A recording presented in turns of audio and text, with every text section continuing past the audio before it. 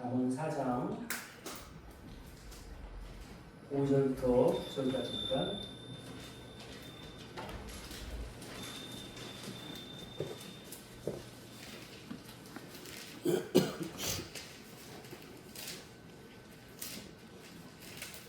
잠언 4장 5절부터 9절까지 교독으로 공부입니다.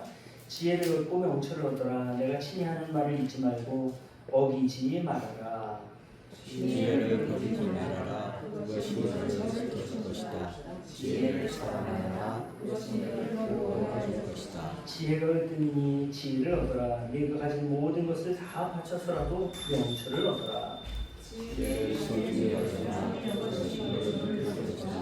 지혜를 좋아함을 하라. 그것이 너를 지혜롭게 할 것이다. 같이 읽습니다. 그 지혜가 아름다운 화관을 너의 머리에 씌워주고 영광스러운 왕관을 너희에게 씌워줄 것이다. 아멘. 제가 우리 김지율 전사님 나오셔서 하나님 말씀 전하실 때 은혜 시간 되시길 바랍니다. 아멘.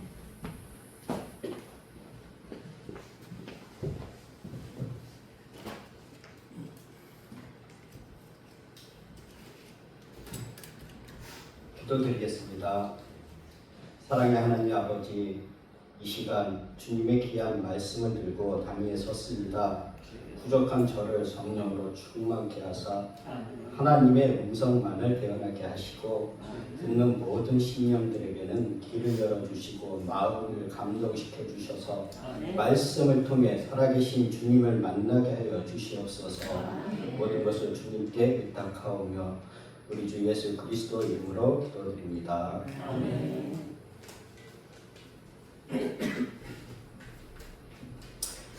혹시 성도님들에게 중요한 기념일은 언제이신가요? 각자 상황에 따라 다 다를 수 있는데요. 누구는 자신의 생일일 수도 있고 누군가는 소중한 사람의 기일일 수도 있고요. 그래도 많은 경우 잊지 않는 기념일은 결혼 기념일일 것입니다.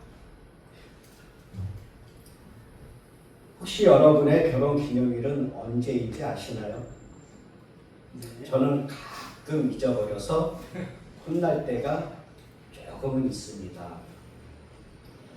그러면 혹시 여러분은 지혜와 결혼한 날짜는 언제인지 아시나요? 지금 무슨 질문을 하는 거지 하는 표정이신 것 같은데요. 우리가 오늘 말씀을 함께 살펴보고 나서는 우리가 정확히 언제 지혜와 결혼했는지는 모를 수는 있어도 지혜와 결혼한 자임을 깨닫고 그에 걸맞는 삶을 살아갈 것이라고 결단하게 될 것을 기대합니다. 오늘 설교 제목을 보고 지혜라는 성함을 가진 분들은 흠칫했을 수도 있을 텐데요. 그래도 다행히 우리 엘피스 교회는 지혜라는 이름을 가지신 분이 없습니다. 그렇지만 지혜라는 이름은 참 좋은 이름 같습니다. 사람들은 크리스찬이 아니더라도 마치 잠언 4장 7절에 지혜를 얻으라는 말씀의 순종이라도 하듯이 이 지혜를 얻어내려고 많은 노력들을 하는 것을 보게 됩니다. 아이들만 보더라도 많은 아이들이 학원을 3개, 4개씩 기본으로 다니고요. 어른들은 교양을 위해서 여러 취미생활을 꼭 갖추도록 권면하고 또 무엇인가를 배우는 것은 이제는 일반적인 모습이 되어버렸습니다. 다 그런 것은 아닐지라도 이미 온통 무엇인가 배우고 익히고 잘하기 위해 그 시간을 투자하는 것이 자연스러운 분위기가 되었죠. 한때는 어른들도 탈무드라는 책을 한 번쯤 사서 읽으려고 온갖 자기 개발서 등을 통해 지혜를 배우고 성장하려고 노력하는 것을 봅니다. 이것이 잘못되었다기보다는 살아가면서 이 지혜라는 것이 너무 필요하다는 것을 여실히 잘 보여준다고 할 수 있는 것이죠. 자, 그러면 오늘 본문에서 꼭 얻으라고 말씀하는 이 지혜는 무엇인가 의미를 살펴보겠습니다. 먼저 국어사전적 의미를 보게 되면요. 네이버 국어사전에는 사물의 이치를 빨리 깨닫고 사물을 정확하게 처리하는 정신적 능력이라고 나와 있는데요. 그렇기 때문에 사람들은 대개 무엇인가 탁월하게 잘하고 똑똑하게 스마트한 사람을 보며 지혜롭다고 하는 것 같습니다. 사실 이 정의가 완전히 틀린 것은 아닌 것이 오늘 본문인 잠언에서도 일상생활의 다양한 영역들에 대한 실질적인 지혜를 제공하고 있습니다. 어떻게 하면 인간관계를 잘할 수 있는지, 부모님과 자녀의 관계, 돈 문제, 언어생활 등 구체적인 지침들이 많이 나옵니다. 그렇기에 이 잠언을 읽으면서 실제 삶이 변화되는 사례들을 흔히 볼 수 있고요. 실질적인 성장을 이뤄가게 해줍니다. 그런 의미에서 잠언을 매일 읽는 일은 굉장히 지혜로운 일이라고 할 수 있는 것이죠. 그런데 이 지혜에 대해 여기까지만 생각하면 저는 50점이라고 하고 싶은데요. 혹시 오늘 설교를 들으시고 보통 사람들이 여기까지만 생각하다 보니 어떤 문제를 해결하기 위해 지혜로운 방법을 찾습니다. 그 결과가 무엇입니까? 무리하게 지혜를 추구하며 온갖 방법을 사용하다가 어리석은 길, 악한 일을 서슴지 않게 되죠. 즉, 지혜를 쫓다가 잘못된 지혜인 어리석음에 빠지게 된다는 것입니다. 그렇다면 성경에서 말하는 지혜는 무엇인가? 잠언 9장 10절 말씀을 우리 다 같이 읽어보겠습니다. 주님을 경외하는 것이 지혜의 근본이며 거룩하신 일을 아는 것이 슬기의 근본이다. 아멘. 이 말씀은 그 잠언의 주제 구절이라고 할 수 있죠. 그런데 지혜의 근본이 무엇이라고요?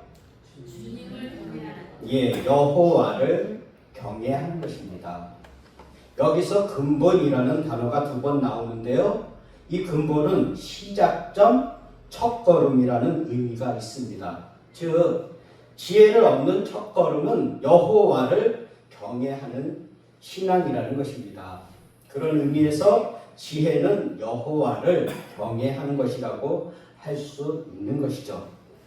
여호와를 경외한다는 것은 하나님의 위대하심과 전능하심 앞에 겸손히 엎드리는 것입니다. 이처럼 성경은 세상의 방법과 능력을 의지하는 것이 아니라 하나님을 의지하는 것이 지혜라고 말씀합니다.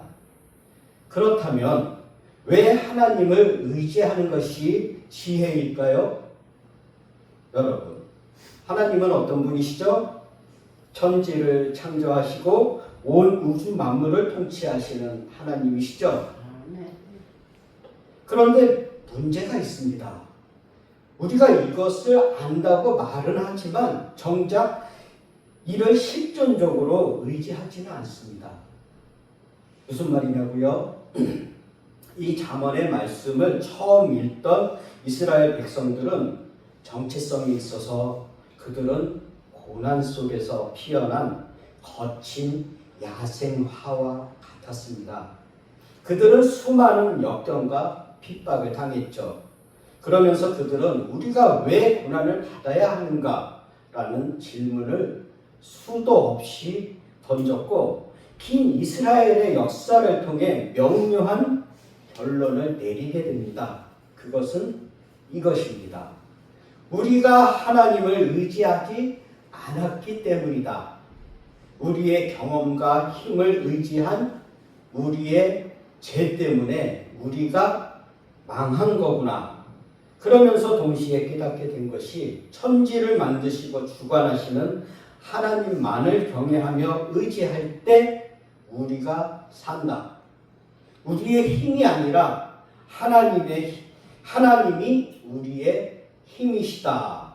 이것이 참 지혜이다. 하고 말입니다. 사랑하는 성도님 여러분, 우리도 이와 같은 동일한 질문을 가지고 있지는 않습니까? 하나님, 참 힘이 듭니다. 하나님, 저 답답합니다. 도대체 저한테 왜 이러시는 겁니까? 그러나 사랑하는 성도님 여러분, 하나님은요 전능하신 하나님이십니다. 이 또한 지나갈 것입니다. 이 모든 것을 통하여 가장 선한 길로, 가장 좋은 길로 우리를 안내하실 겁니다. 이를 믿으십니까? 아멘. 그렇다면 우리의 지혜는 이 고난을 잘 해결하는 방법을 구하는 것도 맞지만 더 중요한 것은 고난 속에서도 하나님을 경외하고 의지하는 것입니다. 고려신학대학교 박영돈 교수님이라는 분이요, 두려움을 이겨낼 유일한 방법은 두려워하는 것이다 라는 말을 하셨다고 합니다. 어떤 의미일까요? 여러 상황과 환경으로부터 오는 두려움을 이기는 방법은 그 모든 것을 주관하시는 하나님을 경외하고 두려워할 때만 그 모든 상황과 환경을 이겨낼 수 있다는 말입니다. 이것이 잠언이 우리를 초청하는 지혜의 모습입니다. 그렇다면 이제 이 지혜를 가지고 살아가면 되겠네요. 그죠? 그런데 이 문제가 또 간단하지가 않습니다. 이런 질문을 던져봐야 할 것 같은데요. 지혜를 어떻게 우리 힘으로 얻을 수 있겠습니까? 안타깝게도 그럴 수 없다는 것입니다. 왜냐하면 우리 모두는 지혜를 가질 만한 본성이 아닙니다. 모든 것이 전적으로 타락하고 부패하였기에 하나님을 경외하는 것조차 우리 스스로 할 수가 없습니다.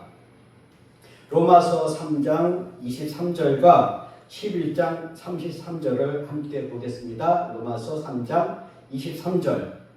모든 사람이 죄를 범하였습니다. 그래서 사람은 하나님의 영광에 못 미치는 처지에 놓여 있습니다. 로마서 11장 33절 보겠습니다. 하나님의 부여하심은 어찌 그리 크십니까? 하나님의 지혜와 지식은 어찌 그리 깊고 깊으십니까? 그 어느 누가 하나님의 판단을 헤아려 알 수 있으며 그 어느 누가 하나님의 길을 더듬어 찾아낼 수 있겠습니까? 아멘. 이 말씀에서 분명히 하나님은 우리가 그의 길, 지혜를 스스로 찾을 수 없다고 말씀합니다. 내일이 사전 투표 날입니다. 자, 그렇다면 어떻게 얻을 수 있나요? 하나님이 주셔야 합니다. 야고보서 1장 5절에는 이렇게 말씀하고 계셔요. 여러분 가운데 누구든지 지혜가 부족하거든 모든 사람에게 아낌없이 주시고 나무라지 않으시는 하나님께 구하십시오. 그리하면 받을 것입니다. 아멘. 그런데 오늘 재미있는 점이 있습니다. 하나님이 주시는 잠언의 지혜가 히브리어로 호크마라고 하는데요. 조금 어려운 이야기를 잠시 드려야 할 것 같습니다. 이 지혜라는 그 호크마라는 단어가 여성형 명사로 되어 있습니다. 마치 이 지혜라는 개념을 그녀로 사람처럼 의인화하여 인격으로 묘사를 합니다. 이것을 의식한 채 오늘 본문 6절, 8절을 다시 한번 보겠습니다. 6절, 지혜를 버리지 말아라. 그것이 너를 지켜줄 것이다. 지혜를 사랑하여라. 그것이 너를 보호하여 줄 것이다. 지혜를 소중히 여겨라. 그것이 너를 높일 것이다. 지혜를 가슴에 품어라. 그것이 너를 존귀하게 할 것이다. 아멘. 그를 사랑하라. 소중히 여겨라. 그를 높이라. 그를 품으라. 이렇게 마치 사람처럼 대합니다. 조금 어색하시죠? 그런데 더 어색하고 놀라운 다음 스텝이 있습니다. 잠언 8장 22절 33절을 한번 보겠습니다. 잠언 28장 22절 주님께서 일을 시작하시던 그 태초에 주님께서 모든 것을 지으시기 전에 이미 주님께서는 나를 데리고 계셨다. 30절 나는 그분 곁에서 창조의 명공이 되어 날마다 그분을 즐겁게 하여 드리고 나 또한 그분 앞에서 늘 기뻐하였다. 아멘. 잠언에서 태초에 이미 지혜가 있었고 이 지혜를 창조자로 묘사합니다. 창조자요 태초부터 이미 계셨던 이 지혜는 훗날 우리 눈에 보이는 완전한 실체로 드러나게 됩니다. 고린도전서 1장 24절 30절을 같이 한번 읽어볼까요? 고린도전서 1장 24절 그러나 부르심을 받은 사람에게는 유대 사람에게나 그리스 사람에게나 이 그리스도는 하나님의 능력이요 하나님의 지혜입니다. 30절 보겠습니다. 그러나 여러분은 하나님의 자녀로서 그리스도 예수 안에 있습니다. 그는 우리에게 하나님으로부터 오는 지혜가 되시며 의와 거룩함과 구원이 되셨습니다. 할렐루야. 이 말씀에 보니까 예수님이 우리의 지혜가 되십니다. 하나님의 지혜이십니다. 아멘이시죠? 찬양을 잠깐 들어보겠습니다. 화면이 넘겨주세요.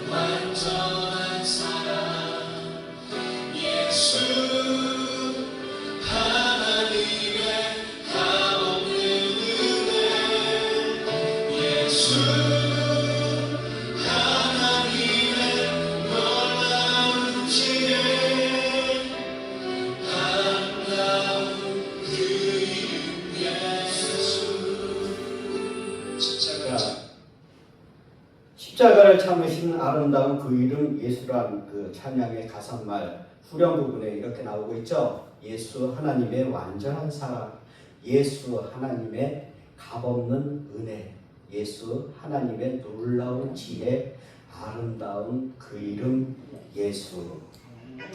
창조주이신 하나님, 그러나 온전한 인간으로 오신 예수 그리스도, 그분께서 하신 일이 무엇입니까?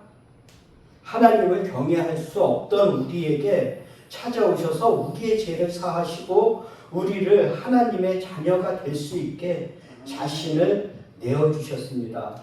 뿐만 아니라 우리 주님은 우리를 신부라 부르시며 우리와 연합하기를 원하십니다. 오늘 설교의 제목으로 표현해 보자면 우리와 결혼하기를 원하시는 겁니다.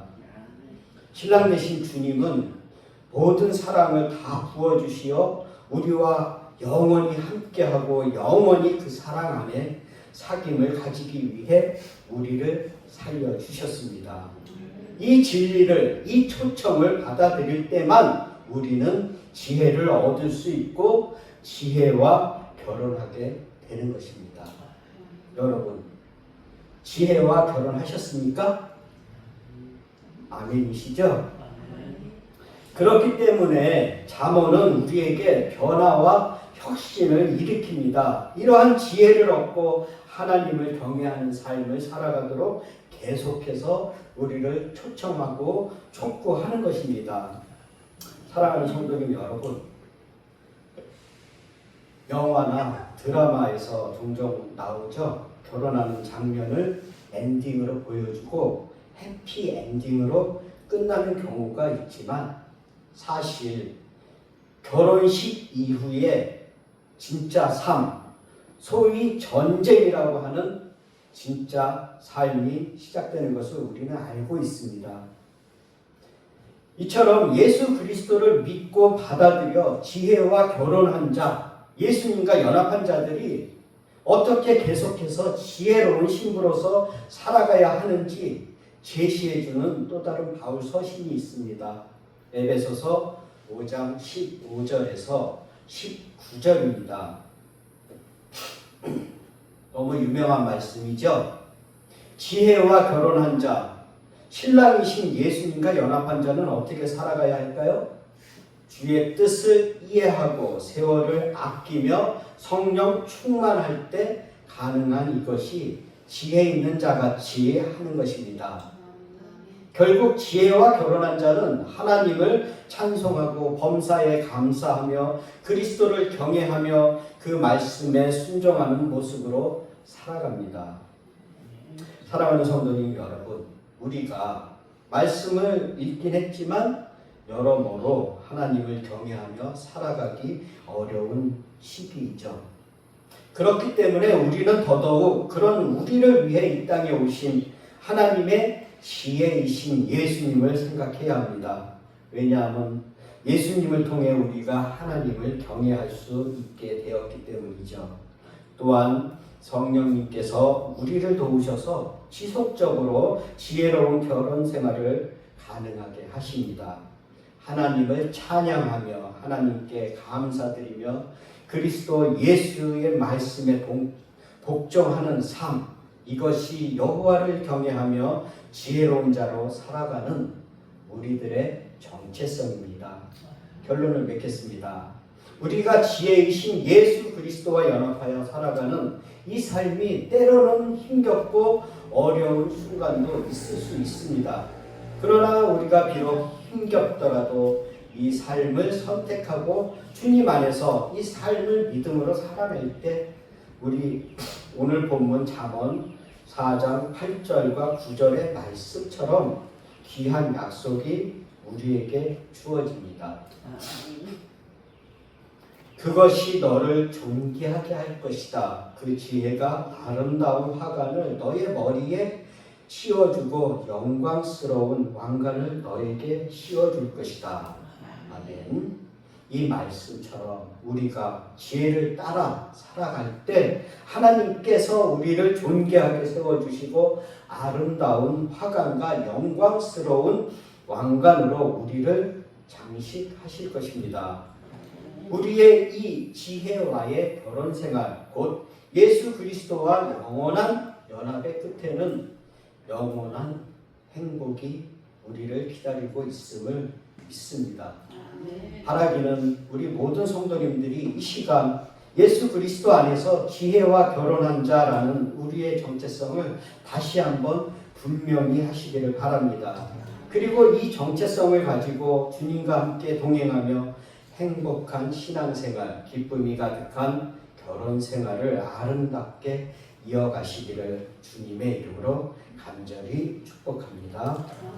기도드리겠습니다. 사랑의 하나님, 오늘 저희에게 주님의 말씀을 통해 참된 지혜이신 예수 그리스도를 알게 하시고 저희가 주님과 연합된 복된 존재임을 다시 한번 깨닫게 하시니 감사드립니다. 저희의 힘으로는 이 지혜로운 삶을 온전히 살아낼 수 없사오니 성령님께서 저희를 도와주셔서 날마다 주님을 경외하며 말씀에 순종하는 삶을 살아가게 하여 주시옵소서. 비록 힘들 때가 있더라도 주님과의 연합 안에서 약속하신 존귀함과 영원한 행복을 바라보며 믿음으로 이겨나가게 하여 주시옵소서. 모든 감사와 영광을 주님께 올려드리며 예수 그리스도 이름으로 기도드립니다.